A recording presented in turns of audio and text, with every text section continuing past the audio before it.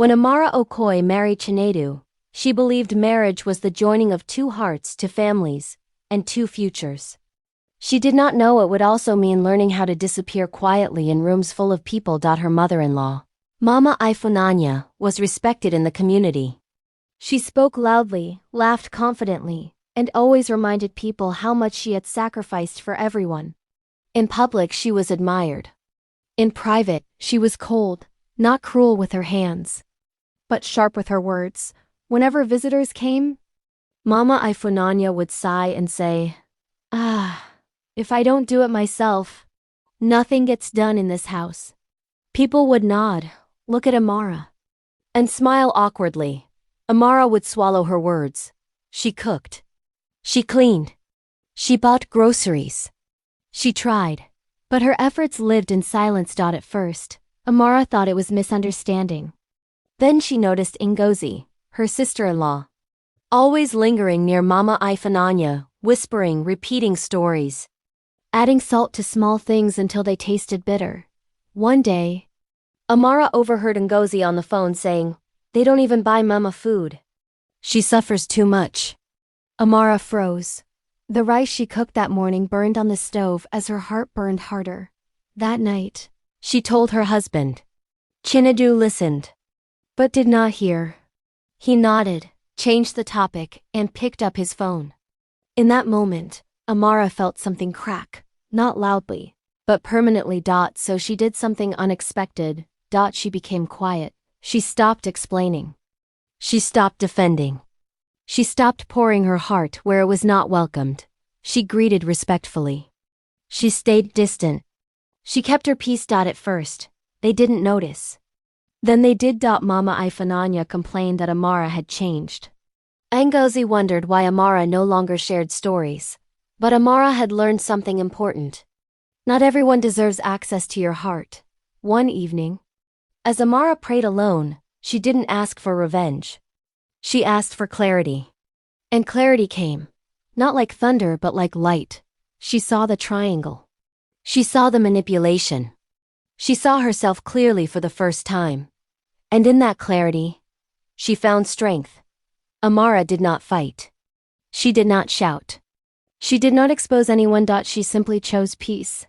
And sometimes, peace is the loudest victory of all. After Amara chose silence, the house did not become quieter. It became uneasy. Mama Ifunanya noticed it first. Amara still woke early.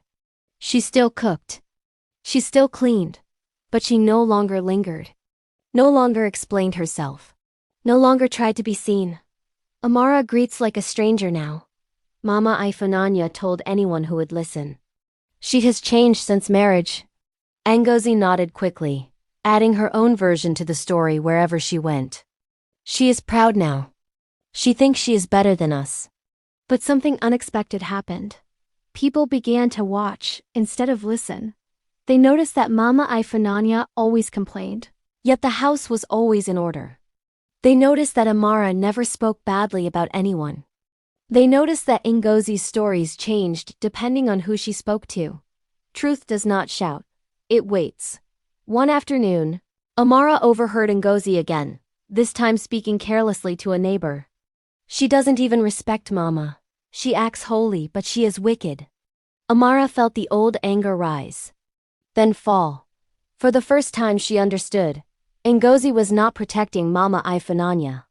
She was feeding on the chaos. That night, Amara prayed differently. Not for exposure.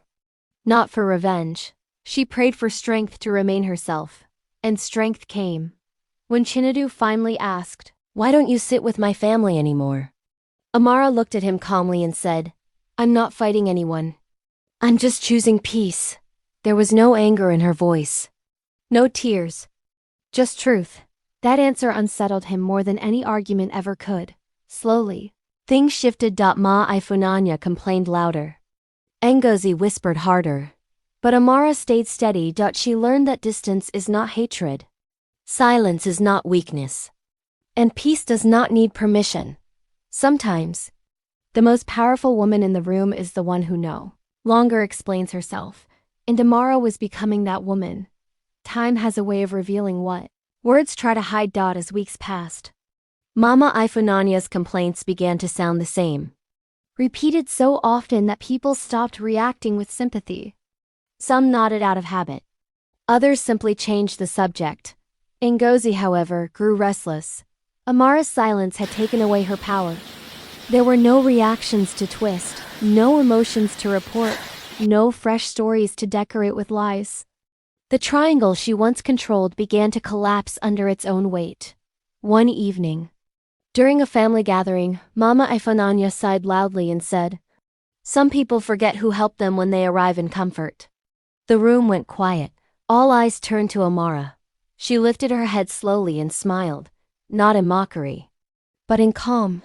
"I'm grateful for everyone who has helped me," she said gently. "And I show it in my actions."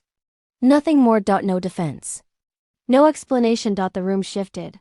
Later that night, Chinedu sat alone, replaying moments he had ignored. The food always ready. The house always clean. The peace Amara carried even when wounded. For the first time, he wondered how much silence she had endured alone. Ngozi watched this change with growing fear. She tried to pull Chinedu aside, whispering her usual poison, but this time he interrupted her. "Enough," he said. "Let us rest."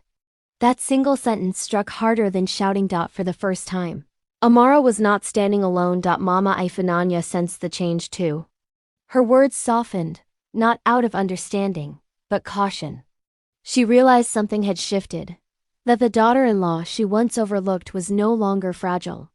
Amara, meanwhile, slept peacefully that night. She had learned a truth many women learn too late. You don't win by fighting. You win by becoming unshakable. And when a woman becomes unshakable, those who fed on her pain must either change or fade. Moral of the story: when peace became her home, change did not come with apologies. It came with awareness. Chinedu began to see what had always been there. The quiet sacrifices, the patience, the strength hidden behind Amara's silence. He did not confront his mother or sister directly. Instead, he showed up. He listened. He stayed present.